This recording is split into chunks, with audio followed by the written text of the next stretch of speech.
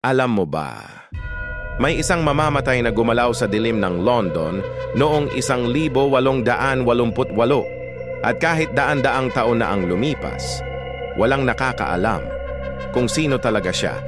Tinawag nila siyang Jack the Ripper, isang nilalang na kumikilos sa makikitid na eskinita ng Whitechapel. Target niya, mga kababaihang mahihirap.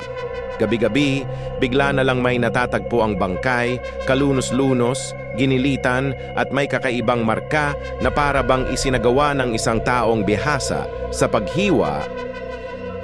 Parang doktor.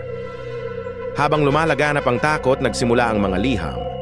Isinulat ng isang taong nagsasabing siya mismo si Jack the Ripper. Sa pulang tinta, sinabi niya, "I can't wait to start again." Ngunit sa bawat bangkay na natatagpuan, mas lalo lang lumabo ang katotohanan. Daan-daang pinaghinalaan, mga doktor, pintor, pati miyembro ng Maharlika, pero walang nahuli. At nang tumigil ang mga pagpatay, bigla rin siyang naglaho.